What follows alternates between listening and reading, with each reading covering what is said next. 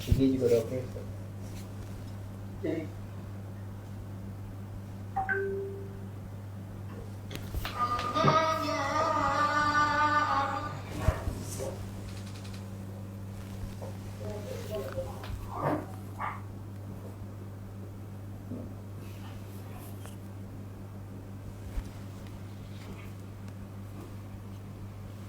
Assalamualaikum. Assalamualaikum Ustaz.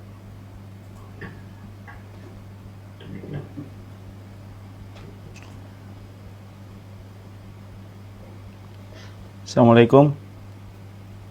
Assalamualaikum warahmatullahi wabarakatuh. Ahlan. Ahlan Ustaz, apa kabar? Alhamdulillah. Sehat antum, Akhil Karim? Alhamdulillah sehat Ustaz.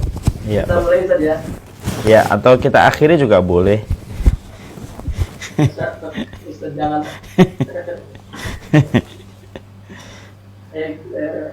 Kita mulai. Assalamualaikum warahmatullahi wabarakatuh. Alhamdulillah wassalatu wassalamu ala Rasulillah Muhammad ibn Abdillah wa ala alihi wa ashabihi wa man tabi'alah. Asyhadu an la ilaha illallah wa asyhadu anna Muhammadan abduhu wa rasuluh.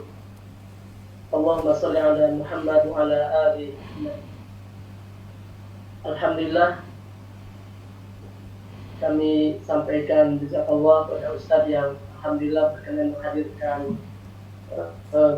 menghadirkan beliau hadir tengah-tengah kita untuk sharing dan berbagi ilmu dengan kita semuanya. Pertama, yang keduanya juga alhamdulillah telah bergabung beserta kami para santri Rumah Quran Ummu Khadijah, juga para musyrifah, ada orang tua santri, wali santri yang ikut juga gabung, juga Bapak Ibu hadirin peserta madrasah Senin malam. Yang alhamdulillah kita bisa bertemu kembali di Senin malam pertama di bulan ini. Baik, puji dan syukur kita panjatkan pada Allah Rabbul Ghafur, salawat serta salam semoga Allah limpahkan kepada kedua hasanah kita Nabiullah Muhammad sallallahu alaihi wasallam. Rahmat dan keselamatan Allah semoga Allah limpahkan pula untuk keluarga beliau, Allah limpahkan untuk para sahabat beliau. Juga mudah-mudahan kita semuanya dijadikan umatnya yang senantiasa istiqomah taat mengikuti aturan sunnah-sunnah Rasulullah SAW. Baik Bapak Ibu hadirin sekalian, sekali lagi alhamdulillah Ustaz telah bergabung di tengah kita. Insya Allah akan melanjutkan materi masih di prolog mukaddimah terakhir atau mukaddimah keberapa. Dan nanti insya Allah kita akan membahas salah satu karya beliau, dan kita pada pertemuan kali ini masih di prolog bagian ketiga, di mukaddimah bagian ketiga. Insya Allah akan sangat bermanfaat dengan kita. Barangkali kita siapkan catatan juga perhatian kita semuanya untuk menyimak kajian yang akan disampaikan oleh Ustaz Umar Mita pada malam hari ini. Sekali lagi juga kami sampaikan bahwa Madrasah Senin Malam yang merupakan jembatan menuju cinta ilahi adalah majelis taklim atau ruang Zoom untuk sharing berbagi keislaman untuk kita semuanya yang diselenggarakan oleh Rumah Quran Ummu Khadijah. Baik Ustaz, untuk selanjutnya kami persilahkan waktu seluas-luas. Jazakallah khair, Akhil Karim. Assalamualaikum warahmatullahi wabarakatuh. Innal hamdalillah wassalatu wassalamu ala Rasulillah wa ala alihi wa sahbihi wa man tabi'ahum bi ihsan ila yaumil qiyamah. Kepada keluarga Pak Mirdal yang semoga Allah rahmati, kepada seluruh para santri, para santriwati yang hadir pada kesempatan Taman Ilmu di kajian Madrasah Senin Malam, Jembatan Menuju Cinta Ilahi, yang semoga kita senantiasa pula diberikan keberkahan di balik setiap kesehatan kita, dan tentunya senantiasa kita mampu menangkap hikmah di tengah berbagai macam kebaikan Allah ketika Allah menyelamatkan kita dan menjaga kita melewati pandemi.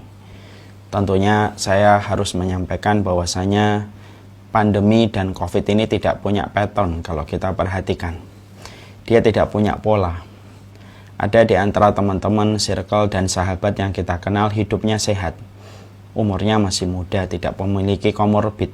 Tapi ternyata ketika mereka mengidap COVID dan terhinggapi dengan COVID, justru mereka diwafatkan oleh Allah dengan wabah yang mereka dapatkan. Uniknya, kadang-kadang kita dapatkan ada saudara kita, teman yang kita kenal, usianya sudah lanjut, punya komorbid, dan mungkin hidupnya juga tidak terlalu sehat. Tapi ternyata justru mereka mendapatkan keselamatan dan dilewatkan dengan berbagai macam kesehatan ketika melewati pandemi. Disinilah kita akhirnya paham betul bahwasanya berarti diselamatkannya kita sebagian besar yang sudah pernah terjangkiti dengan COVID, berarti Allah menyelamatkan kita dengan satu hikmah besar. Dan hikmah ini harus kita temukan. Hikmah ini harus kita dapatkan. Dan salah satu di antara ribuan hikmah, kenapa Allah sehatkan kita, walaupun mungkin pola hidup kita tidak terlalu sehat, walaupun mungkin kita sebagian ada yang memiliki komorbid, tetapi kita masih disehatkan ketika melewati pandemi beberapa waktu yang lalu. Di antara hikmah yang bisa kita petik, mungkin Allah ingin menjadikan kita mengembalikan hati dulu sebelum kembali fisik dan jasad kita. Orang yang beruntung, yaitu adalah mereka yang senantiasa mampu kembali hatinya, kembali jiwanya kepada Allah dengan bertaubat dan mensucikan dirinya dari berbagai macam kesalahan dosa ketika dia mengikuti bisikan dan hawa nafsu sebelum kembali jasad dan fisiknya. Makanya orang yang selalu saya katakan beruntung, orang yang beruntung di dalam keimanan itu kriterianya banyak. Di antara orang yang beruntung itu adalah mereka yang kembali hatinya dengan bertaubat sebelum kembali fisik dan jasadnya. Maka inilah yang kemudian menjadikan kita harus paham dengan hikmah. Siapapun yang diwafatkan di tengah pandemi ini dengan tempo waktu yang sangat singkat misalnya, semoga ini merupakan bagian dari husnudzon kita, bahwasanya orang yang wafat di tengah pandemi COVID ini berarti mereka sebelum pandemi ini datang adalah orang yang paling rajin meminta husnul khotimah. Dan Allah hadirkan pandemi ini supaya Allah mampu mengabulkan keinginan husnul khotimah sebagian orang. Karena orang yang wafat di tengah pandemi mendapatkan derajat husnul khotimah ketika dia sabar dan ridho dan tidak menggugat takdir yang Allah berikan kepadanya. Hikmah untuk kita yang masih sehat yaitu adalah ketika kita diberikan kesehatan, walaupun mungkin sebagian dari kita hidupnya mungkin tidak terlalu sehat, tapi masih diberikan kekuatan untuk melewati pandemi dan COVID yang kita mungkin dapatkan, yaitu semoga kita kembali hati kita dan jiwa kita sebelum kembalinya jasad dan fisik kita ketika ditakdirkan ajalnya. Semoga kesehatan, keberkahan, dan kemampuan menangkap hikmah kita dapatkan dari sisi Allah Subhanahu wa Ta'ala. Orang yang pintar itu adalah mereka yang senantiasa mampu mengambil setiap sinyal dan mampu menangkap dan memahami setiap isyarat. Makanya kata-kata hikmah disampaikan al-labibu bil isyarati yafhamu. Orang yang pintar itu bukan orang yang menyebutkan teori fisika yang rumit dan jelimet. Tapi orang yang pintar itu di kacamata iman, orang yang pintar itu adalah orang yang mampu memahami setiap isyarat dari apapun yang ada di sekitarnya dan mampu memahami setiap isyarat yang datang dari Allah Subhanahu wa Ta'ala. Inilah perkara yang perlu saya tekankan karena Masya Allah ya, saya melihat memang COVID ini tidak punya pola dan polanya hanya Allah yang tahu dan kita tidak bisa untuk mengetahui pola itu. Semoga kita menangkap setiap hikmah, setiap sinyal dan setiap isyarat yang diberikan oleh Allah, apapun episode yang Allah terapkan dalam kehidupan kita. Alhamdulillah, tentunya senang sekali pada kesempatan malam kali ini berjumpa kembali dengan Madrasah Senin Malam Menuju Jembatan Cinta Ilahi bersama dengan Rumah Quran Bunda Khadijah. Tentunya tidak ada tempat bagi kita kecuali bersyukur kita kepada Allah Subhanahu wa Ta'ala. Kita pada sisa hari dan waktu kita di hari ini, kita masih diberikan kesempatan untuk duduk di taman ilmu dimanapun kita berada. Gadget-gadget dan handphone serta peralatan komputer yang kita miliki ternyata bisa menjadi bridging kita untuk mendapatkan apa yang kita inginkan, yaitu adalah cintanya Allah. Ketika kita dimampukan oleh Allah dan diberikan kekuatan untuk menjadikan kita duduk di taman ilmu walaupun secara virtual. Tentunya kita merenungi apa yang pernah ayat yang kita baca 17 kali di dalam satu hari minimal. Iyyaka na'budu wa iyyaka nasta'in. Kepadamu ya Allah kami menyembah dan kepadamu kami meminta pertolongan. Dan tentunya kita harus mafhum kata meminta pertolongan disebutkan oleh Allah setelah kata na'budu, kami beribadah kepada Engkau ya Allah. Disebutkan kata meminta pertolongan setelah kata ibadah, karena sesungguhnya kita tidak akan mampu beribadah dari yang kecil sampai yang besar, dari yang remeh sampai perkara yang agung, sampai kita mendapatkan pertolongan dari Allah Subhanahu wa taala. Sujud kita, rukuk kita, zikir paginya kita, bahkan tersenyumnya kita kepada saudara kita, hingga ketika kita menyingkirkan kerikil di pinggir jalan, itu semuanya karena pertolongan Allah. Dan inilah yang menjadikan kita bersyukur kalau kita diberikan pertolongan dalam setiap ibadah. Dan inilah yang menjadikan kita juga harus paham, ibadah itu tidak perlu disombongkan di hadapan manusia, karena ibadah itu pun juga diberikan karena kita pun mampu melakukan ibadah itu karena pertolongan yang Allah berikan kepada kita. Makanya semoga Allah selalu menolong kita dalam setiap episode kehidupan ibadah kita, karena pertolongan pada ibadah itu jauh lebih bermakna daripada pertolongan pada urusan dunia. Orang kafir banyak yang ditolong dalam urusan dunia. Masa Ustadz? Iya. Bukankah kita sering mendapati ada perusahaan-perusahaan yang ownernya tidak beriman sama Allah, tapi ketika mereka turun, profit yang mereka dapatkan seiring dengan waktu, dengan inovasi yang mereka lakukan, profit mereka menjadi naik tinggi. Karena sesungguhnya pertolongan Allah dalam urusan dunia diberikan kepada siapapun, tidak dibedakan antara yang beriman dan tidak beriman. Tapi pertolongan ibadah itu hanya diberikan kepada orang yang beriman. Makanya ketika kita mendapatkan pertolongan dalam urusan dunia, maka itu biasa. Tapi kalau kita mendapatkan pertolongan dalam urusan ibadah, maka itulah yang luar biasa. Malam-malam habis turun hujan, ini saat yang tepat kita menarik selimut.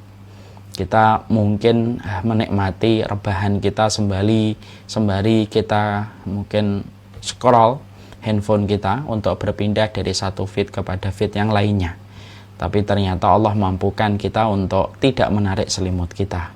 Ataupun Allah jadikan kita menikmati ilmu pada kesempatan malam kali ini, dan itu tidak pernah terjadi kecuali adalah karena Allah Subhanahu wa taala.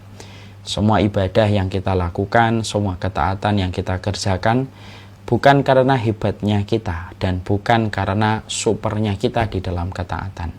Dan bukan karena hebatnya kita di dalam ibadah. Tapi semua ketaatan, semua ibadah yang kita lakukan, semua ibadah yang kita kerjakan, itu semata-mata ketika Allah itu hebat menolong setiap hamba yang beriman, yang selalu yakin kepada pertolongan Allah. Dan inilah diantara makna sifat dari sifat rahimnya Allah.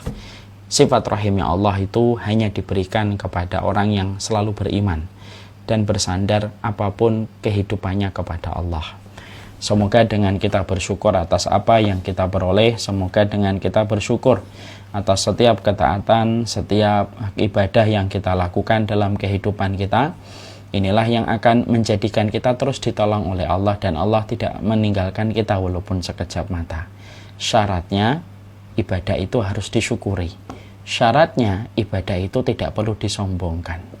Dan ibadah itu tidak perlu untuk menjadikan kita jumawa di hadapan manusia. Kalaupun engkau mampu untuk puasa sunnah, kalaupun engkau mampu tahajud, kalaupun engkau mampu untuk menuntut ilmu, kalaupun engkau mampu menghafalkan Quran, itu bukan karena hatimu yang bersih dan hatimu yang hebat, tapi karena pertolongan Allah. Allah terus akan menurunkan pertolongan-pertolongan dalam kehidupan kita. Allah terus akan menurunkan pertolongan dalam kehidupan kita selama setiap ibadah itu disyukuri, dan selama ibadah itu tidak menjadikan pelakunya menjadi sombong. Inilah yang menjadikan kita bersyukur kepada Allah.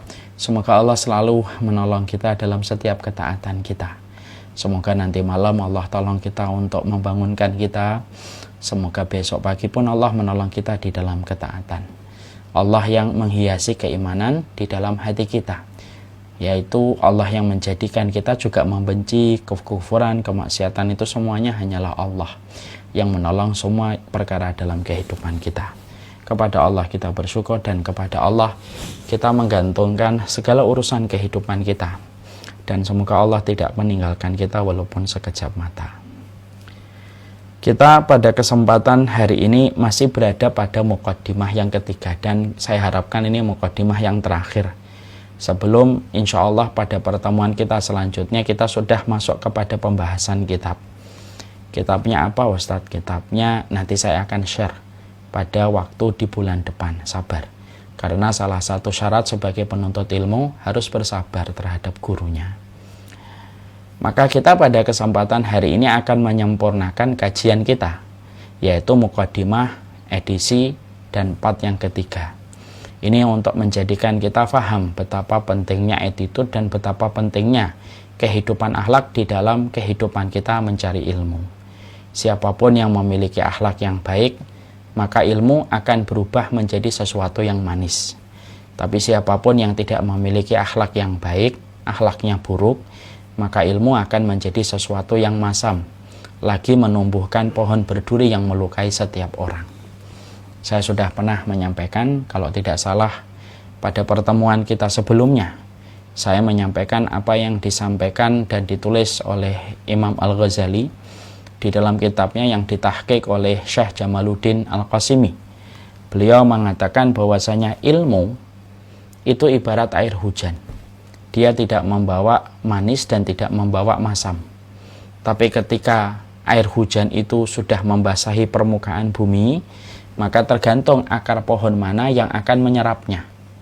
Kalau yang menyerapnya adalah akar pohon buah mangga, maka air hujan itu akan berubah menjadi sesuatu yang manis ketika diserap oleh akar pohon mangga. Tetapi ketika air hujan itu diserap sama akar pohon pete atau akar pohon pare, dia pun akan berubah menjadi pahit, lagi berduri. Nah, inilah yang menjadikan kita harus menyelesaikan di antara konsekuensi kita menjadi penuntut ilmu, penghafal Al-Quran, itu harus menyelesaikan PR internal pada hatinya dan PR internal pada akhlaknya, karena hati dan akhlak saling berkaitan. Siapapun yang mereka menghafalkan Quran, siapapun yang mereka menjadi penuntut ilmu, dimanapun berada, kalau mereka tidak menyadari ada PR besar pada hatinya dan ada PR besar pada akhlaknya, maka justru ilmu yang akan dia dapatkan hanyalah ilmu sebagaimana benih yang menumbuhkan pohon yang kering, tidak terlalu rimbun, dan tidak memiliki buah kecuali pahit, dan dahannya penuh dengan duri yang menyakiti setiap orang yang lewat. Makanya kan sering kan kita dapati bagaimana penuntut ilmu sikapnya membuat kita geleng-geleng kepala. Tidak sedikit para penuntut ilmu yang membuat kita terkadang mengelus dada kita. Dan berapa banyak penuntut ilmu yang justru banyak menggoreskan luka di hati orang yang beriman, yang harusnya kalau dia berilmu, dia tidak akan pernah menyakiti hati orang yang beriman kepada Allah dan Rasul-Nya. Tapi justru hari ini sering kita dapati para penuntut ilmu sering menyakiti orang yang beriman, sering menodai kehormatan orang yang beriman. Dan parahnya, mereka sering bersembunyi di balik tameng setiap dalih dan pembenaran, di balik setiap ilmu yang didapatkan. Dan inilah sesuatu yang kita ingin hindari ketika kita memahami betapa pentingnya kita menyelesaikan PR pada kehidupan hati kita dan pada kehidupan akhlak, supaya tidak terjadi ilmu yang sifatnya menyakiti hati orang yang beriman. Karena salah satu tidak barokahnya ilmu, maka ilmu itu menjadikan orang yang beriman menjadi tidak nyaman dengan apa yang dia pelajari, dan menjadikan orang yang beriman tersakiti dengan apa yang dia kaji ketika dia tidak memiliki akhlak yang baik. Jujur ya, berapa banyak anak yang hari ini belajar, taklim, hijrah, tapi yang tersakiti adalah ibu dan bapaknya. Mungkin ibu dan bapaknya memang belum ngaji, Tapi sikap yang diperlihatkan anak ketika mendapati dan menjumpai ibu dan bapaknya tidak memahami dan belum memahami, ketika anaknya baru belajar dan tidak disertai dengan komitmen akhlak, maka dia tidak akan pernah menyadari tetesan air mata ibu dan bapaknya itu menjadi dosa yang sangat besar yang tidak sepadan dengan ilmu yang baru dia pelajari. Hal-hal semacam itulah yang sering kita jumpai. Dan itulah yang menjadikan saya akhirnya menyampaikan akhlak dulu. Menyampaikan mukaddimah sampai 3 kali mukaddimah ini saya sampaikan. Supaya kita menjadi pribadi-pribadi yang menenangkan, pribadi-pribadi yang menyenangkan ketika kita sudah mempelajari ilmu.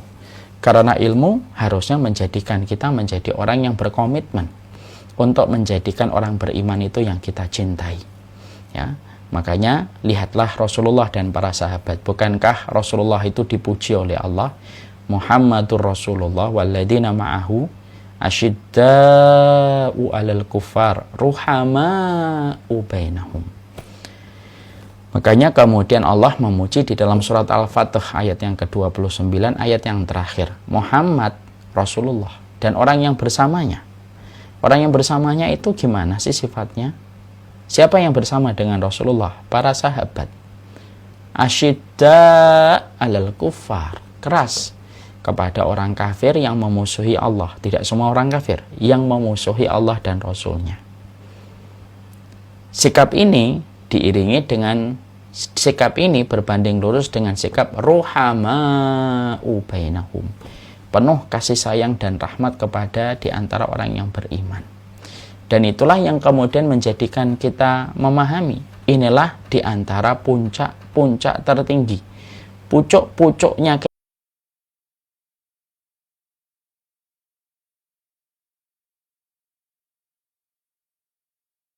keimanan. Di dalam keimanan kita mencari ilmu, pucuk keimanan di dalam pengembaraan kita mencari ilmu itu ini. Asyidda'u 'alal kuffaru ruhama'u bainahum. Tegas kepada orang kafir yang ingin memadamkan cahaya Allah, tetapi lembut kepada orang yang beriman. Dan inilah yang kemudian menjadi perhatian besar kita. Supaya betul-betul kita memahamkan bahwasanya ilmu yang kita cari bukan maklumatnya yang banyak. Ilmu yang kalian para santriwati di di rumah Quran Khadijah. Quran yang kalian hafalkan itu bukan yang kalian terobsesi, itu bukan hanya ayatnya. Tapi nilai keberkahan pada setiap apa yang kita hafalkan dan apa yang kita pelajari itulah yang paling penting. Dan salah satu titik tolak keberkahan kita di dalam ayat yang kita hafalkan, di dalam hadis yang kita hafalkan, di dalam ilmu yang kita peroleh, pada referensi perkataan-perkataan ulama yang kita renungkan, titik keberkahan pada semua itu adalah salah satunya bagaimana kita menjadi orang yang ruhama di antara orang yang beriman. Dan ini apabila hilang, sifat ruhama hilang di antara kita, maka sesungguhnya ketika sifat ruhama itu hilang di antara para penuntut ilmu, berarti dia tidak berada pada jalan para sahabat. Ketika para sahabat itu dipuji oleh Allah, ketika mereka menemani Rasulullah, ketika mereka asyidda walal kufar ruhama'u bainahum. Nah, itulah yang menjadikan kita faham ilmu tanpa akhlak rusak, akhlak tanpa ilmu batil. Jadi kalau ada orang punya ilmu tapi tidak punya komitmen akhlak, ya rusak. Ketika setiap apa yang terlontar di mulutnya, di lisannya, menyakiti, menghujat, menodai. Mungkin orang yang ngaji tidak melukai dengan tangan, tapi melukai dengan lidah. Dan sikap hatinya ketika congkak memandang orang yang mungkin belum satu frekuensi dengan ilmu yang dia pelajari. Makanya Masya Allah, inilah yang kemudian menjadikan kita faham ilmu tanpa akhlak rusak. Makanya Rasulullah menyampaikan inna su'al khuluq yufsidul amal kama anal khalla yufsidul asal. Sesungguhnya akhlak yang buruk itu merusak amal ibadah sebagaimana cuka merusak madu. Orang kalau punya akhlak saja sebaliknya tapi tidak punya ilmu batil, karena bermodal akhlak doang tidak bisa memasukkan kita ke surga. Nah, inilah yang menjadikan kita faham, oh berarti penting banget kehidupan akhlak di dalam di dalam sebuah bekal kita ketika kita akan menuntut ilmu. Nah, inilah yang kemudian menjadikan kita paham betul kenapa prolog ini harus disampaikan, yaitu prolog kenapa why-nya kita belajar ilmu. Kenapa kita harus belajar adab? Supaya setiap ilmu yang kita pelajari menjadikan kita mendapatkan keberkahan di balik setiap apa yang kita dapatkan dan di balik setiap maklumat yang kita peroleh. Ada sebuah kisah nyata, ini untuk menggambarkan betapa bahayanya ketika ilmu tidak disertai dengan sifat akhlak yang baik. Saya pernah membaca sebuah kisah nyata tulisan di satu negara. Ada sebuah Islamic Center pada negara itu. Tentunya kalau ada Islamic Center berarti kaum muslimin termasuk minoritas. Belum banyak bisa membangun masjid di tempat itu. Ketika di Islamic Center itu menjadi tempat kegiatan dan aktivitas kaum muslimin. Dan tentunya tidak terelakkan adanya pertikaian di Islamic Center. Bukan perbedaannya, tapi pertikaian. Ketika ada salah satu warga di negara itu masuk Islam dan bersyahadat, kemudian dia bersyahadat. Setelah dia bersyahadat sekian lama, tidak sampai beberapa bulan, kemudian beliau akhirnya murtad. Setelah dia sebelumnya berikrar, bersyahadat dan masuk Islam. Ditanyakan kepadanya, loh kenapa murtad? Kenapa keluar lagi dari Islam? Ada sebuah fakta yang mencengangkan yang menjadikan dia membulatkan tekad untuk murtad dan keluar dari agama Allah pada saat itu. Lalu dia berkata dan mengalir sebuah cerita dan kisah. Dia mengatakan, ya, saya ternyata mendapati kaum muslimin tidak sebagaimana yang saya lihat sebelum masuk Islam. Orang-orang kemudian berkata dengan hal-hal yang normatif, jangan melihat Islam dari kaum muslimin, tapi lihatlah Islam dari kebenaran. Betul. Tapi orang ini lalu memberikan sebuah uraian. Kenapa saya keluar dari Islam? Yaitu ketika saya masuk Islam, baru belajar, tiba-tiba saya sering didatangin beberapa orang yang ada di Islamic Center ini. Mereka berkata, kamu harusnya begini-begini, nanti tidak boleh begini-begini, ya jangan kayak itu loh, yang kayak begini-begini gitu.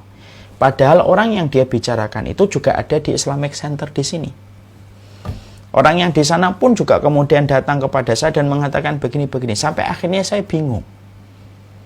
Gimana ini? Berada pada atap yang sama tetapi mereka bermusuhan dan mengajak saya untuk memusuhi salah satu di antara dua kelompok ini.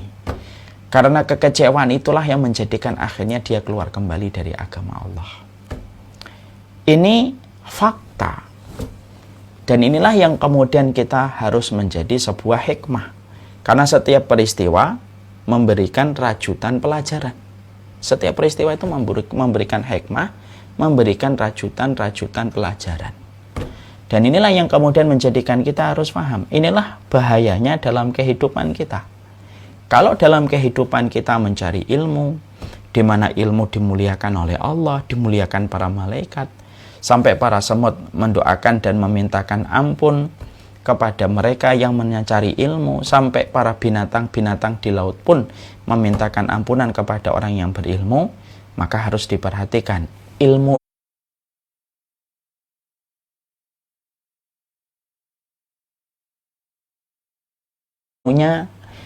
perjalanan kita mencari ilmu sampai dimintakan ampunan oleh seluruh binatang, itu ketika ilmu itu memberikan barokah, menjadikan kita beramal, menjadikan kita berdakwah, menjadikan kita bersabar, dan menjadikan akhlak mulia itu tumbuh pada kehidupan setelah kita mencari ilmu.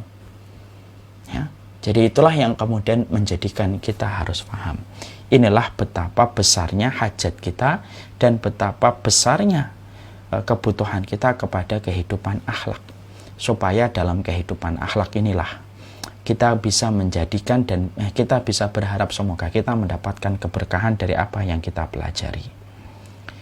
Kita kemarin sudah mempelajari bahwasanya kehidupan akhlak itu sangatlah penting. Kita kemudian kemarin baru membahas yang pertama.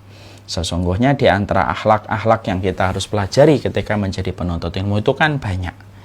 Saya tidak menyampaikan semuanya, saya ambilkan part-part penting saja. yang tentunya tanpa menafikan part-part yang lainnya dan tanpa menafikan komponen-komponen yang juga sebenarnya harus kita pelajari. Tapi kalau saya menjelaskan panjang, nanti jadinya pembahasan tentang kitab adab. Ini saya sampaikan karena ini merupakan mukaddimah sebelum kita akan mengkaji kitab dan kita akan mengkaji apa yang kemudian kita pelajari. Maka tadi kemudian kita sudah mendapati pada pertemuan kita yang terakhir, yaitu adalah bagaimana sikap kita kepada guru.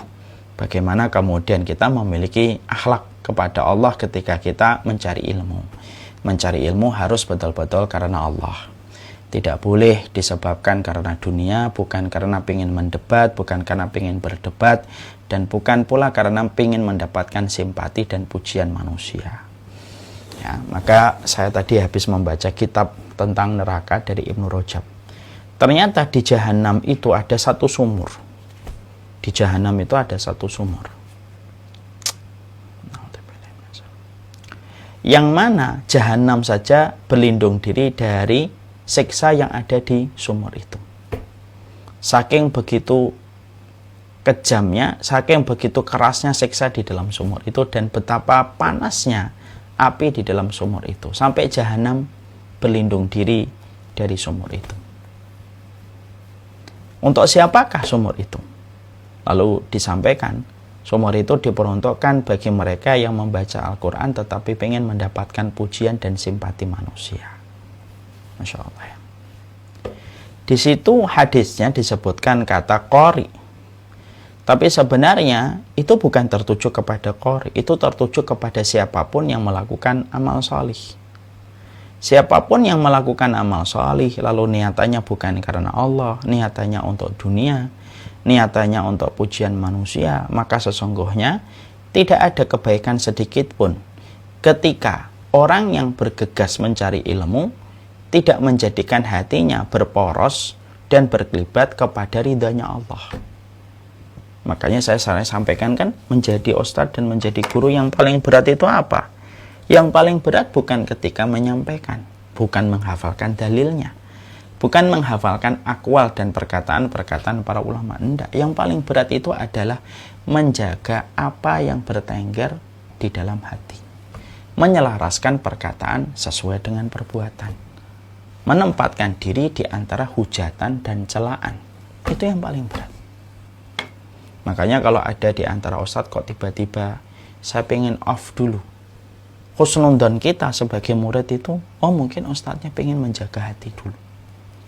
Karena terkadang butuh proses yang panjang, berliku, berdarah-darah untuk menjaga niat. Karena sesungguhnya mencari ilmu pun sama. Yang paling berat ketika mencari ilmu itu menjaga niat. Seluruh hal yang lain masih bisa kita kondisikan. Tapi ketika menjaga hati itu pekerjaan paling lama sepanjang hidup. Orang yang hari ini mereka ikhlas, belum tentu besok dia ikhlas. Ada orang yang 10 tahun dia ikhlas ketika membangun masjid, belum tentu tahun yang ke-11 dia ikhlas. Ada orang yang 20 tahun nyekolahkan anak yatim ratusan dan 20 tahun dia mampu ikhlas, belum tentu pada tahun yang ke-21 dia ikhlas. Karena memang setan itu berusaha menggelincirkan manusia pada kondisi hati. Makanya Rasulullah sudah mewarning kepada para santriwati yang sedang menghafalkan Quran dan kepada saya dan seluruh orang yang sedang belajar. Orang yang pertama kali diputuskan masuk neraka itu adalah orang yang tergelincir masalah niat. Tergelincir masalah niat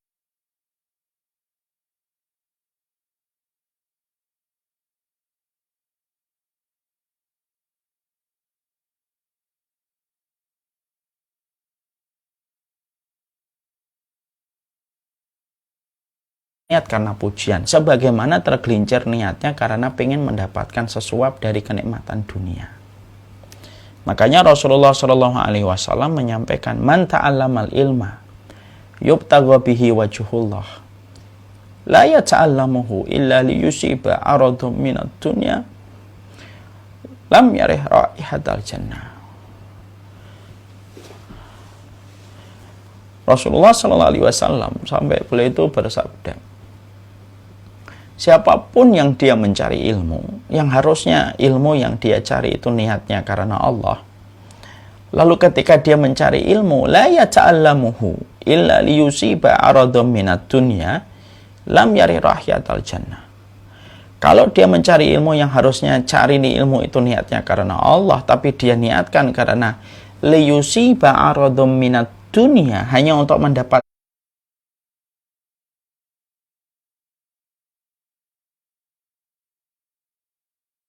sekeping dari kenikmatan dunia, dia tidak akan pernah mencium baunya surga. Dan itu peringatan keras itu untuk siapapun, untuk yang lagi bicara, untuk yang sedang lagi rajin menghafalkan Quran, untuk orang yang kemudian mereka yang hari ini sedang mengkaji dan mempelajari setiap ilmu. Mereka akan menjadi objek dari setiap ayat dan setiap hadis yang membicarakan tentang beratnya keikhlasan. Karena objek dari setiap ayat dan objek dari setiap hadis yang terus mengancam orang yang tergelincir niat itu kembalinya kepada kita semuanya yang sedang berada di atas ketaatan. Ketika kita tidak memperhatikan secara sungguh-sungguh tentang masalah niat yang ada di dalam hati kita. Makanya saya pernah mendapati sebuah kisah nyata yang disampaikan oleh istri saya. Beliau pernah membaca sebuah kisah nyata, Bapak dan Ibu. Ketika belum maju kemajuan kita hari ini dengan handphone dan sosial media, ada seseorang yang hafal Quran dan suaranya bagus betul. Sampai akhirnya beliau itu terkenal dan banyak dikenal sama manusia. Ketika dia sudah mulai terkenal di banyak manusia, dia ketakutan, bergetar gitu. Ketika orang semakin banyak mengenal dia, semakin banyak mengenal dia gitu. Karena saking tawadhu hatinya betul. Ketika dia dikenal banyak manusia itu, dia khawatir gitu. Lalu dia berdoa sama Allah. Ya Allah, kalau keterkenalanku ini akan menjadikan rusak akhiratku, ya Allah, matikan saya, ya Allah. Sebelum fitnah keterkenalan ini akan merusak niatku. Kalau memang terkenal ini bisa merusak akhiratku. Ternyata Allah mengijabah doanya. Tidak terlalu lama setelah peristiwa doanya, dia dibalik kekhawatiran dia ketika beliau sangat kesulitan menjaga niat ketika mulai banyak dikenal orang. Ternyata beliau wafat sesuai dengan doa yang dia panjatkan, dan kisah ini cukup menyentuh banyak orang dan kisah ini dibaca oleh istri saya. Hikmah apa ini? Kadang-kadang inilah yang menjadikan kita ini sering lupa. Hal terpenting di dalam perjalanan kita dan pengembaraan kita ketika mencari ilmu itu terletak bagaimana komitmen kita untuk menjaga niat. Nah inilah yang kemudian menjadikan kita sering alba dan khilaf. Makanya kemudian ketika nanti kita akan menghadiri setiap majelis Senin malam, madrasah Senin malam gitu. Pertama kali sebelum kita membuka linknya, sebelum kita kemudian mempersiapkan catatan kepada para santriwati rumah Quran, Bunda Khadijah ketika sebelum menghafalkan ayat demi ayat, juz demi juz, yang paling penting itu jaga niat, betul. Kalau kita dikenal orang gimana, Ustaz? Bukan berarti dikenal orang salah. Kalau memang bukan kita yang mencari. Tapi yang paling yang kita harus selalu perhatikan adalah bagaimana menjaga hati. Supaya betul-betul hati kita tidak ada yang kita tuju ketika mencari ilmu kecuali semata-mata karena Allah. Dan apapun perkara, apapun aktivitas yang sudah diniatkan semata-mata karena Allah, Allah yang menjaganya. Sebagaimana perkataan dari Imam Malik, "Makana lillahi fahuwa abqa." Amal itu kalau kemudian dilakukan karena Allah, maka dia akan awet dikerjakan. Makanya kalau kemudian para santri, para santriwati di madrasah Senin malam, Kalau kemudian kita ini niatnya betul-betul karena Allah, kalau niat kita ini betul-betul karena Allah, maka Allah yang jaga. Kita akan konsisten. Kita akan berusaha terus nyari linknya ketika pada Senin malam gitu untuk mencari. Karena itulah yang akan menjadikan sesuatu itu menjadi awet. Karena apa? Allah kalau sudah diniatkan dan disertakan dalam sebuah tekad seorang manusia di dalam kebaikan dan dia pertama kali menyertakan Allah, maka proses selanjutnya Allah yang menjaga. Proses selanjutnya Allah yang merawat. Proses selanjutnya Allah yang akan melindungi. Proses selanjutnya Allah yang akan mengarahkan. Dan itulah kunci sebuah sikap konsistensi di dalam kita beramal. Menghafalkan Quran karena kalau Allah, apa kok? Allah jaga, Allah rawat, Allah lindungi. Dan semua perkara-perkara yang kemudian kita lakukan dalam kebaikan itu menjaga niat. Yang kedua, apa yang kemudian kita harus lakukan ketika kita menjadi penuntut ilmu? Yang kedua, yaitu adalah merendahkan hati dan tidak meninggikan hati kita. Jangan sombong. Ilmu tidak pernah menyapa pada hati yang sedang mendaki. Kebenaran tidak akan pernah bersentuhan dengan jiwa yang jumawa. Ya. Tapi ada orang yang pintar tapi kemudian sombong, Ustaz. Berarti tidak barokah. Makanya kemudian kita harus merenungkan apa yang disampaikan oleh Umar bin Khattab radhiyallahu anhu. Al-ilmu salah satu asbar. Ilmu itu memiliki 3 maratib, 3 tahapan. Faman dakhalaha fi syibril awal, kalau dia baru masuk ke tahapan pertama, takabbaro. Sombong orang itu kalau baru nyari ilmu. Jadi orang kalau baru nyari ilmu itu, maka pertama kali takabbaro, dia sombong. Merendahkan orang, menghujat orang, mencela orang. Seakan-akan semua tidak ada yang tahu kecuali dirinya. Seakan-akan yang membaca kitab cuma ustadznya. Guru orang lain tidak ada yang bisa membaca kitab. Sering kemudian menyebut orang lain, tidak berilmu, majelisnya tidak ada faedah. Begitu mudah, begitu gampang. Sombong di dalam pencapaian ilmu ini sombong paling berbahaya ini. Orang kalau sombong dengan hartanya tercela, tapi bisa dimaklumi karena memang hartanya banyak. Ada yang sombong dengan jabatan, ya memang wajar. Mungkin jabatannya tinggi dan menjadi incaran banyak orang. Tapi kalau ada orang yang sombong dengan ilmu dan amalnya, yang disombongkan apanya? Ibadahnya pun karena pertolongan Allah. Ilmu yang dia pelajari pun di atas langit ada langit. Dan belum tentu ilmu yang dia pelajari itu benar semuanya. Karena bisa jadi kamu tahu tentang masalah muamalah, tapi kamu belum tentu tahu tentang tazkiyatun nafas. Bisa jadi kamu paham tentang tazkiyatun nafas, tapi belum tentu kamu mengerti tentang masalah tafsir. Allah ini hari ini membagikan ilmu kepada banyak orang dengan berbagai macam potensi-potensi yang mereka miliki. Ya. Makanya kemudian kalau ada orang yang sombong dengan ilmunya, yang disombongkan apa? Karena ilmu yang dia pelajari itu hanya setetes dibandingkan samudra air yang Allah berikan. Hatta sekelas sampai Nabi Musa pun masih belajar kepada Nabi Khidir. Yang notabene secara kedudukan Nabi Musa lebih tinggi daripada Nabi Khidir. Tapi itu pun kemudian tidak menjadikan Nabi Musa yang benar kalimullah itu kemudian menafikan perjalanan dia ketika dia mencari ilmu kepada Khidir. Loh, sejak kapankah ilmu yang kita pelajari menjadikan hati kita jumawa, lalu merasa bahwasanya kita lebih tinggi daripada Nabi Musa ketika belajar dari Nabi Khidir? Tapi memang pertama kali yang kemudian didapatkan oleh manusia itu apa? Orang pertama kali ngaji itu memang dia sombong. Ya? Makanya kalau ada orang akhirnya menyikapi orang yang sombong dengan kesombongan, ya boleh, menurut beberapa ulama memang diperbolehkan. Tapi memang banyak orang yang sombong semacam ini tuh banyak. Sama ini, hati-hati. Ketika kita menjadi santriwati, menghafalkan Quran, ditanya juz itu terkadang bisa menciptakan hati untuk menjadi sombong tanpa sadar, karena lembut. Orang sombong di dalam ilmu tidak akan pernah mengatakan, nih saya. Enggak.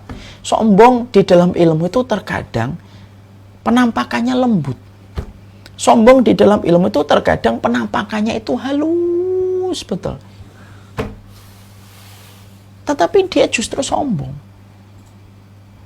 Makanya betul kata yang disampaikan oleh Umar bin Khattab, "Faman dakhalaha fi syibril awal", siapapun yang baru masuk ke yang pertama, anak tangga pertama, dia sombong. Kalau dia sudah mulai belajar lagi, tawadhu'ah, dia mulai tawadhu'.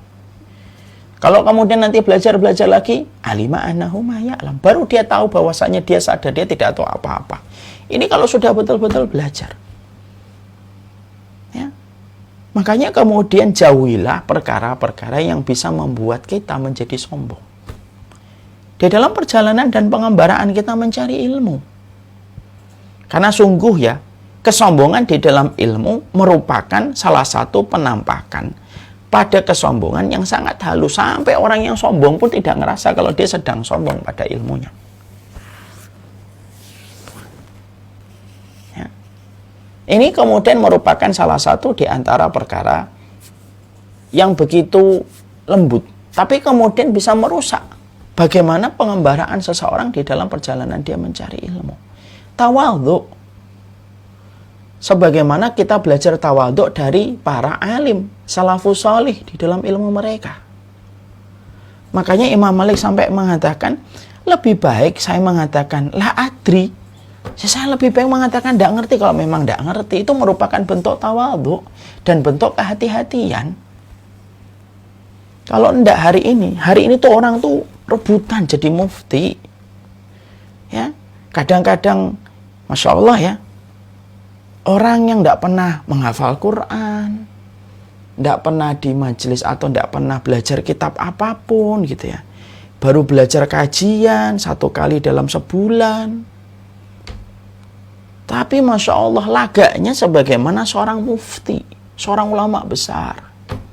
Lesannya sudah menjadi lesan koboi ketika menyombongkan. Orang yang memiliki ilmu tetapi menyombongkan diri itu ya persis kayak Yahudi. Yahudi itu alimah. Yahudi itu paham. Yahudi itu ngerti. Mereka sombong dengan ilmunya. Mereka juga kemudian menjadi ta'assub dengan ilmunya. Lalu mereka sombong dan merendahkan. Dan tahukah kita apa alasan Yahudi ketika mereka tidak mau menerima Rasulullah Muhammad menjadi Nabi dan Rasul? Walaupun mereka membaca ilmunya di dalam kitab Taurat. Dan mereka mengetahui tentang kedatangan Muhammad lebih daripada mereka mengenali anak mereka. Ya karena kesombongan dan ta'assub yang bercampur menjadi satu. Ketika mereka melihat bahwasanya bangsa Arab lebih rendah daripada bangsa Yahudi. Orang Yahudi paham ilmu, Ustaz, paham ilmu. Sampai perkara detail-detailnya tauhid aja mereka paham kok. Masa Ustaz? Iya. Mana dalilnya? Oke, saya sampaikan dalil. Dalam riwayat Muslim. Dalam riwayat Muslim itu, dalam 2 hadis, dua-duanya riwayat Muslim. Ada orang tua Yahudi yang datang kepada Nabi, lalu Yahudi tua ini berkata kepada Rasulullah Muhammad, "Ya Muhammad," dia tidak mau memanggil Rasul, "Ya Muhammad, innakum tusyrikuna billah. Taquluna wal Ka'bah wa taquluna masya Allah wa syi'ta." Hei Muhammad, sahabatmu ini melakukan kesyirikan. Itu Yahudi. Yahudi itu sensitif ketika ngelihat perkataan para sahabat yang dianggap oleh orang Yahudi syirik. Sesungguhnya sahabat-sahabat ini telah melakukan kesyirikan. Rasulullah bertanya, "Loh, apa kesyirikan yang dilakukan para sahabatku?" "Innakum taquluna," kalian tuh suka berkata demi Ka'bah. Dan kalian suka berkata, "Masya Allah wa syi'ta." terserah Allah dan terserah kamu. Itu nggak boleh. Mari kita bedah perkataan dari orang tua Yahudi ini. Perkataan wal Ka'bah, demi Ka'bah, secara hukum akidah Islamiyah tidak boleh, Pak, karena bersumpah dengan makhluk. Dan kita di dalam Islam, keimanan dalam akidah tidak boleh bersumpah dengan makhluk. Lihat, orang Yahudi itu tahu ilmu. Orang Yahudi itu tahu ilmu. Loh, sampai persoalan omongannya sahabat itu dia tahu ini syirik. Makanya mereka disebut ghairil maghdhub. Mereka itu dimurkai oleh Allah. Kenapa? Karena paham ilmu, tapi tidak mau mengamalkan ketika tidak memiliki hati yang bersih. Mereka tidak memiliki husnul qasdi. Husnul qasdi itu apa? Hati yang memiliki niatan itu untuk mencari ridhonya Allah semata. Dan orang Yahudi itu merasa mereka itu kaum terpelajar dalam keimanan. Kenapa mereka merasa kaum terpelajar dalam keimanan? Karena mereka kulturnya para nabi dan para rasul. Karena kulturnya mereka itu para nabi dan para rasul. Lu sampai ucapan wal Ka'bah dikritik sama Yahudi. Para sahabat pun belum sadar kalau itu perkataan tidak boleh. Ditambah lagi yang kedua. Takuluna masya Allah wa syi'ta. Kalian tuh suka sekali mengatakan terserah Allah dan terserah kamu. Itu nggak boleh. Wanya. Duh, yang dibedah itu wanya. Huruf wawu. Wanya itu wawu. Itu kemudian wawul atop. Menyamakan yang sebelum dan sesudahnya. Padahal kehendak Allah itu harus lebih tinggi daripada kehendak makhluk. Masya Allah itu kehendak Allah. Wa syi'ta itu kehendak makhluk. Loh, sampai peneletakan huruf wa dari ucapannya para sahabat itu yang mengkritisi orang tua Yahudi. Coba, sedetail itu mereka. Sedetail itu mereka tahu tentang ilmu. Sepaham itu mereka tentang ilmu. Maka ketika Rasulullah mendengar kata-kata itu, Rasulullah kemudian tidak langsung menolak. Ini menunjukkan Nabi tidak fanatik, tidak kemudian menolak kebenaran. Ketika Rasulullah tahu yang disampaikan itu kebenaran, Rasulullah langsung mengingatkan para sahabat, mulai sekarang tidak boleh mengatakan wal Ka'bah ya, tapi katakanlah wa rabbil Ka'bah, demi Rabbnya Ka'bah. Mulai sekarang tidak boleh ya berkata masya Allah wa syi'ta, tapi mulai sekarang katakanlah masya Allah summa syi'ta. Kalau summa itu beda, summa itu kemudian, berarti yang pertama lebih tinggi daripada yang kedua. Yang pertama masya Allah, yang kedua wa syi'ta, summa syi'ta. Ini dalil. Orang yang berilmu itu kemudian belum tentu kemudian dia menerima orang yang berilmu belum tentu menerima kebenaran. Kalau dia memiliki kesombongan. Banyak nggak sekarang orang yang merasa dia terpelajar, lalu kemudian dia menafikan yang lainnya seakan-akan tidak terpelajar. Orang yang menafik, orang yang kemudian menganggap dirinya dan kelompoknya terpelajar, lalu menafikan kelompok yang lain seakan-akan tidak terpelajar. Sehingga semuanya ditolak. Kalau bukan datang dari frekuensi yang dia ambil. Tidak bisa gitu. Makanya kemudian Umar bin Khattab mengatakan yang kedua, dia akan mulai tawadhu. Kalau belajarnya betul-betul dia itu mempelajari ilmu. Dia tidak takut kepada hujatan, dia tidak takut sama jamaahnya, dia tidak takut sama muridnya, dia tidak takut sama temannya. Dia akan dapat ilmu. Tapi selama kemudian seseorang ketika mencari ilmu niatannya sudah manusia, dia akan takut kepada siapapun. Dia akan takut sama murid, dia akan takut sama jamaah, dia takut sama teman. Maka kemudian yang terjadi adalah kerusakan. Maka yang kedua itu adalah tawadhu. Dia akan tawadhu kalau kemudian prosesnya benar. Kalau kemudian prosesnya benar lagi, yang ketiga itu apa? Alima annahu ma ya'lam, baru dia sadar dia tidak tahu apa-apa. Maka kemudian disitulah kita paham proses kita mencari ilmu itu apa? Memaksakan diri untuk kemudian kita ini tawadhu dan merasa tidak tahu apa-apa.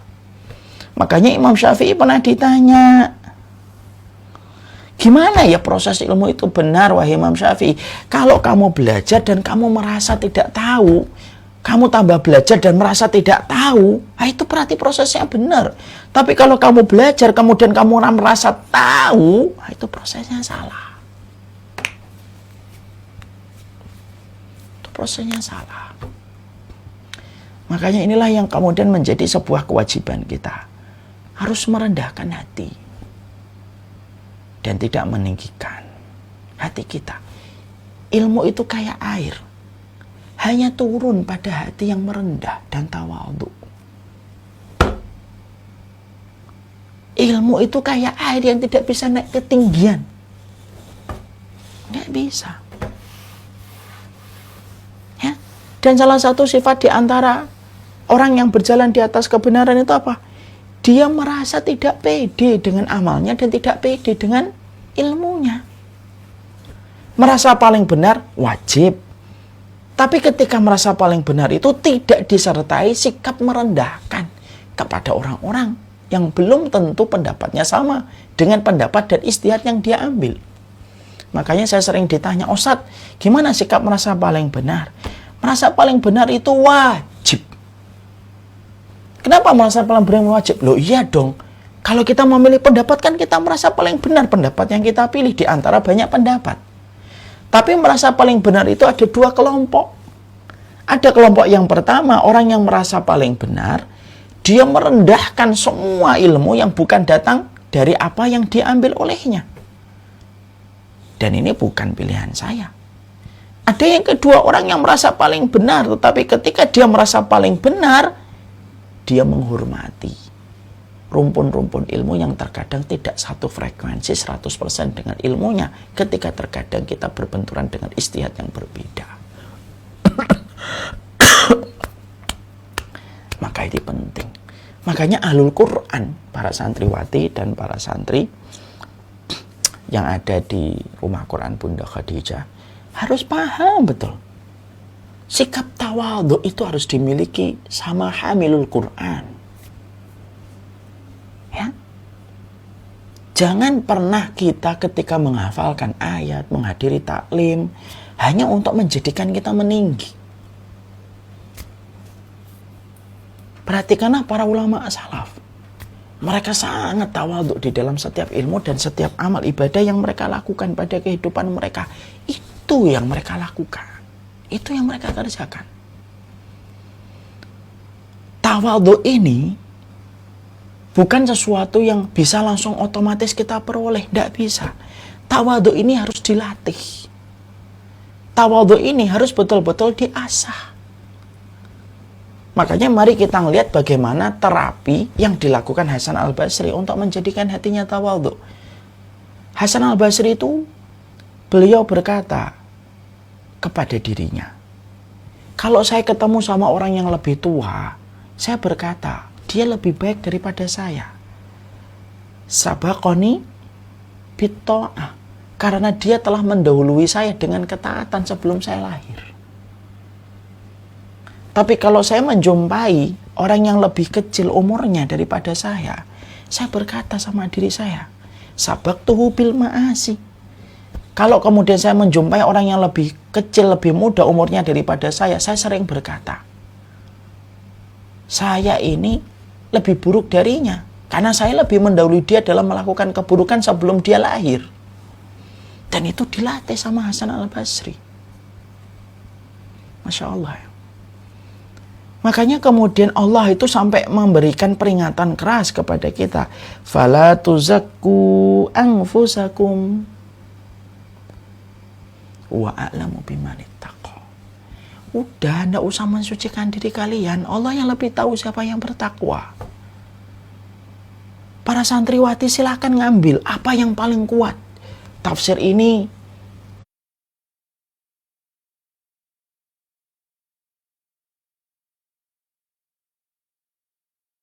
di dalamnya ada banyak ragam khilaf di antara para mufassirin. Ambil pendapat yang paling kuat. Tapi setelah mengambil pendapat paling kuat, pendapat yang kita ambil itu tidak sama sekali menjadi pembenar untuk menjadi tangga yang menjadikan hati dan jiwa kita meninggi, lalu menjadikan hati kita menjadi jumawa. Ilmu itu tidak pernah menjadi tangga menaik, tapi ilmu itu menjadi tangga yang menjadikan kita itu merunduk. Jadi kemudian lihat orang lain itu lebih baik. Kalau kita kemudian hafal Al-Quran misalkan, kamu baru hafal berapa? Saya 15 juz. Kamu berapa? Saya baru 10 juz. Katakan, yang 10 juz mungkin lebih mungkin daripada kita yang 15 juz. Bukankah lebih baik suudzon sama diri kita daripada suudzon sama orang? Bukankah sikap salaf yang kemudian Bukankah sikap salaf itu kemudian yang luar biasa itu apa? Sikap salaf itu yang luar biasa itu apa? Mereka sering suudzon sama diri mereka dan husnudzon kepada orang lain. Dan mereka sering kemudian melihat diri mereka dalam kekurangan tetapi melihat orang lain dalam kebaikan dan kelebihan. Nah, itu yang kedua. Yang ketiga, sikap yang kemudian kita harus pahami ketika kita menjadi penuntut ilmu itu apa? Tidak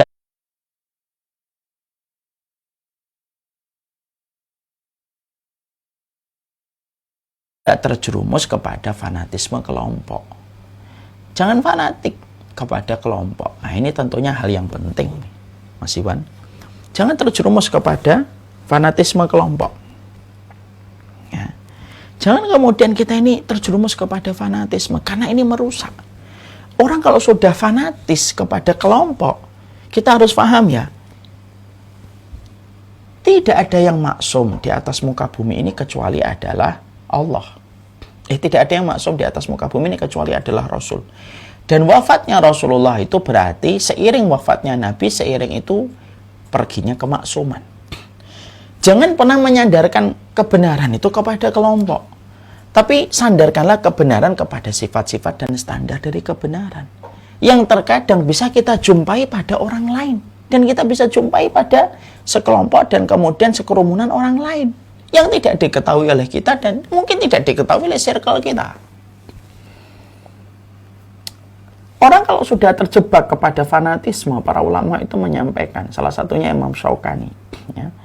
Imam Syaukani itu sudah menyampaikan, kalau orang sudah terjatuh kepada sebuah fanatisme, maka menghujat itu akan menjadi dosa yang akan menjadi sesuatu yang biasa, walaupun itu dosa besar. Saya akan sampaikan sebuah dalil, fakta sejarah.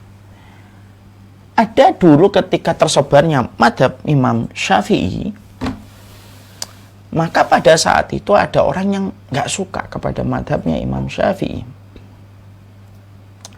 Ketika dia ketemu dengan madhab Syafi'i yang banyak tersebar, maka ada orang-orang yang benci, lalu membuat hadis palsu, karena dia sudah fanatik. Apa hadis palsu yang dia buat? Saya tirojulun adharu min iblis yusamma Muhammad bin Idris. Dibuatlah hadis palsu. Nah, Rasulullah bersabda, akan ada di antara umatku yang lebih berbahaya daripada iblis, namanya Muhammad bin Idris. Siapa itu? Imam Syafi'i. Kenapa kok tega sampai membuat hadis palsu hanya untuk menjatuhkan kehormatan?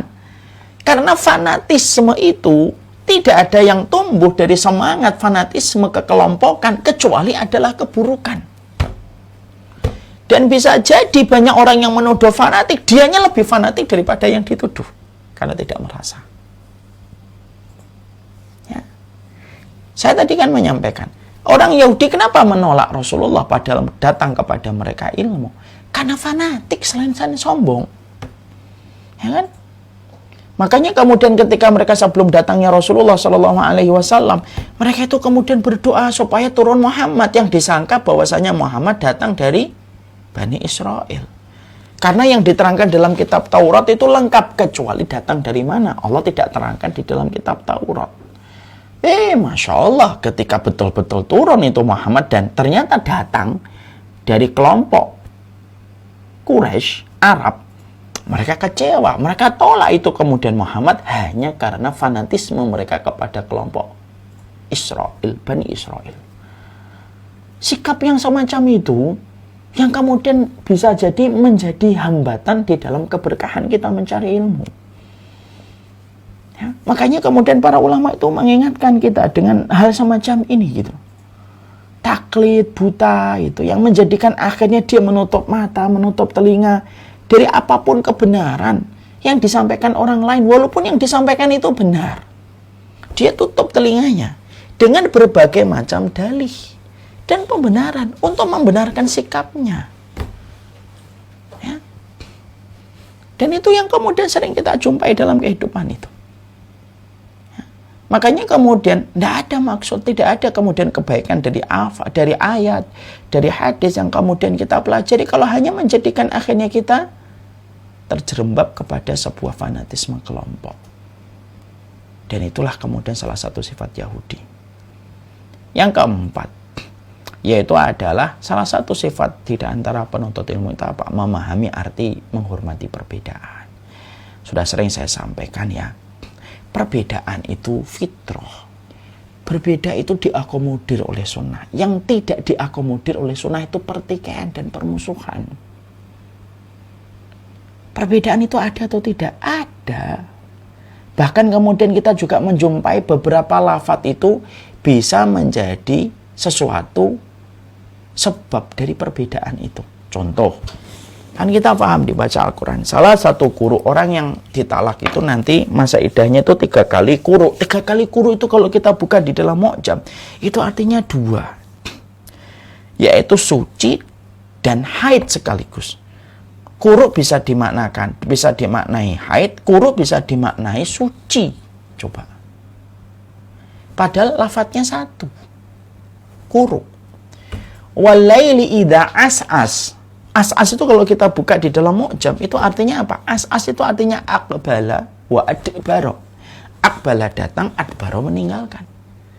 Loh, bahkan beberapa lafaz nas di dalam Al-Qur'an atau nas di dalam hadis itu pun menjadi salah satu sebab munculnya perbedaan di dalam mengambil kesimpulan hukum. Makanya berbeda itu tidak dilarang di dalam Islam. Karena menimbulkan keragaman dan menimbulkan banyak kebaikan. Kata Abdullah bin Aziz, aku justru ketika mendapati perbedaan para ulama, di situ aku mendapatkan kelapangan. Kata Umar bin Abdul Aziz. Dan tidak setiap perbedaan itu harus disikapi dengan pertikaian dan permusuhan. Kalau setiap perbedaan harus disikapi dengan permusuhan, apa yang tersisa dari persaudaraan? 1, 2 kita berbeda. Masalah hukum ini kita nggak sama. Masalah hukum ini mungkin kita nggak sama. Sama hukum ini mungkin kita nggak sama. Oke, kita mungkin nggak sama dalam beberapa hal. Tapi apakah setiap yang tidak sama harus membawa kepada pertikaian? Tidak gitu. Dan saya sudah sering menyampaikan tentang ini. Makanya nanti ketika kita memahami tentang berbagai macam hal, maka kemudian pahamilah di dalam cara kita memahami, di dalam kita nanti mengkaji kitab. Kalau ada sesuatu yang terkadang kita berbeda, wajar. Pelajari dari titik tolak perbedaan itu bagaimana. Jangan buru-buru menyimpulkan, jangan buru-buru ngomong dulu. Jangan buru-buru buat status. Sabar. Pelajari dulu alurnya perbedaan itu kayak apa. Dengerin dulu. Supaya kemudian kita menjadi orang yang ma'ruf ketika kita mendapati satu perbedaan. Ya. Jadi kemudian perbedaan itu tidak selalu kemudian menjadi halal, menjadi sebuah pertikaian, kecuali dalam perbedaan-perbedaan pokok. Ada yang mengatakan rukun iman 6, rukun iman 10, rukun Islamnya 7, perbedaan pokok. Mengkafirkan para sahabat, perbedaan pokok. Mengatakan bahwasanya wahyu itu bisa diterima kalau sesuai dengan akal, perbedaan pokok. Tapi kalau bukan perbedaan pokok, maka terima dulu, dipelajari dulu. Jadilah orang yang kemudian ketika menerima sesuatu itu hatinya bening dulu, kacamatanya harus bersih dulu. Kenapa semua kok tampak hitam? Mungkin karena bukan yang hitam itu sekitar kita, tapi kacamata kita yang hitam. Kan ada filosof sebuah cerita kan, ada seorang murid tanya sama guru, kenapa kok semuanya tampak hitam Pak Guru? Gurunya tersenyum.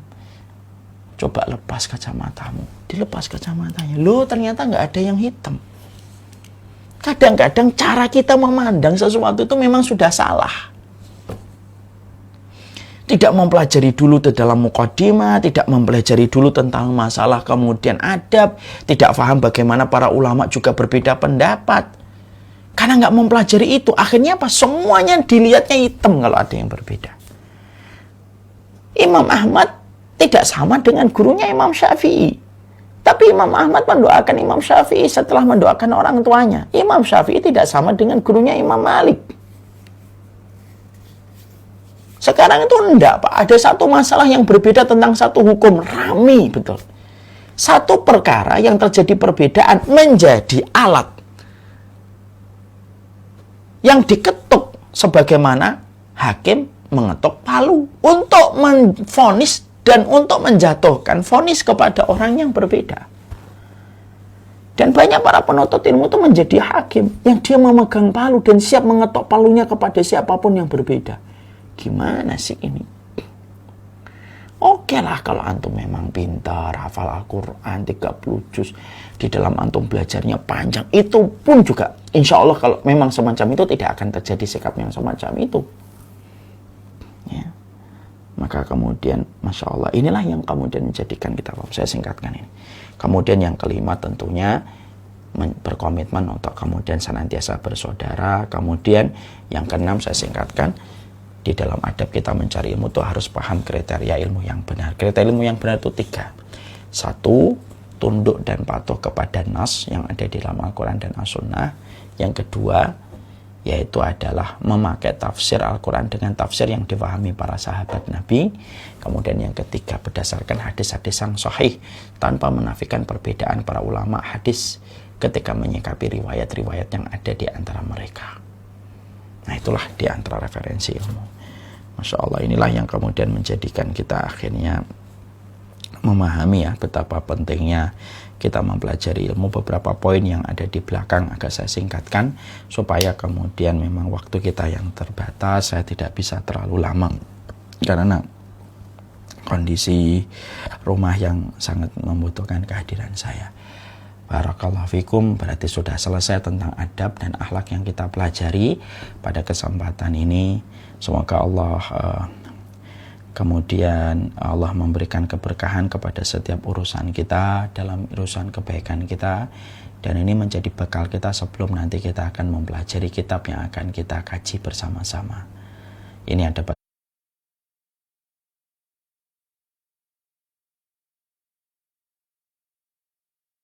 saya sampaikan, senang sekali bisa menyapa Madrasah Senin Malam, jembatan menuju cinta ilahi bersama dengan Rumah Quran Ibunda Khadijah. Semoga Allah rahmati dan Allah berkahi semua urusan kita. Barakallahu fikum, ini dapat saya sampaikan. Untuk kesempatan malam ini kami tidak membuka tanya jawab. Kami memohon doa semoga Allah mudahkan kehamilan istri saya, Bibu, yang insya Allah sudah mulai memasuki pekannya. Kelahiran anak yang ke-7, semoga Allah mudahkan, Allah gampangkan urusan persalinannya insya Allah. Doanya dari para jamaah yang solih dan solihah insya Allah akan menjadi sebab kemudahan dalam urusan-urusan kami. Jazakumullah khair atas semua yang telah hadir pada kesempatan malam kali ini. Semoga Allah memberikan keberkahan dalam setiap urusan kita insya Allah. Barakallahu fikum, ini yang dapat saya sampaikan. Saya mohon pamit terlebih dahulu. Saya kembalikan kepada Mas Ustadz Nur Hasan ya. Tafadhol Mas Nur Hasan. Saya pamit dulu ya akhil karim ya. Baik Ustaz. Ya. Jazakallah khair, barakallahu fiik. Assalamualaikum warahmatullahi wabarakatuh. Waalaikumsalam.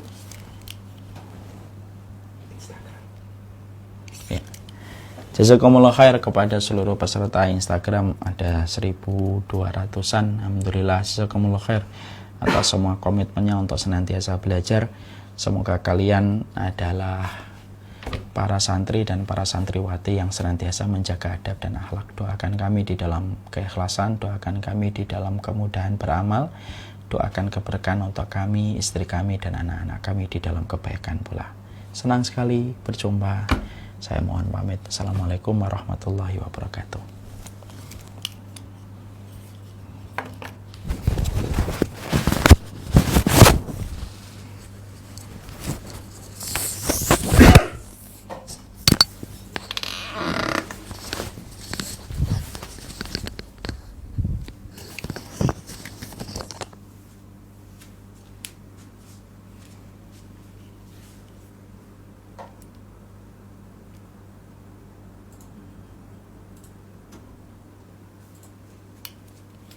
Udah.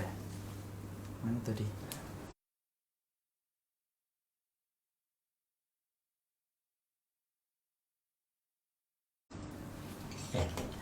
Jazakumullah khair kepada seluruh peserta Instagram, ada 1.200-an. Alhamdulillah, jazakumullah khair atas semua komitmennya untuk senantiasa belajar.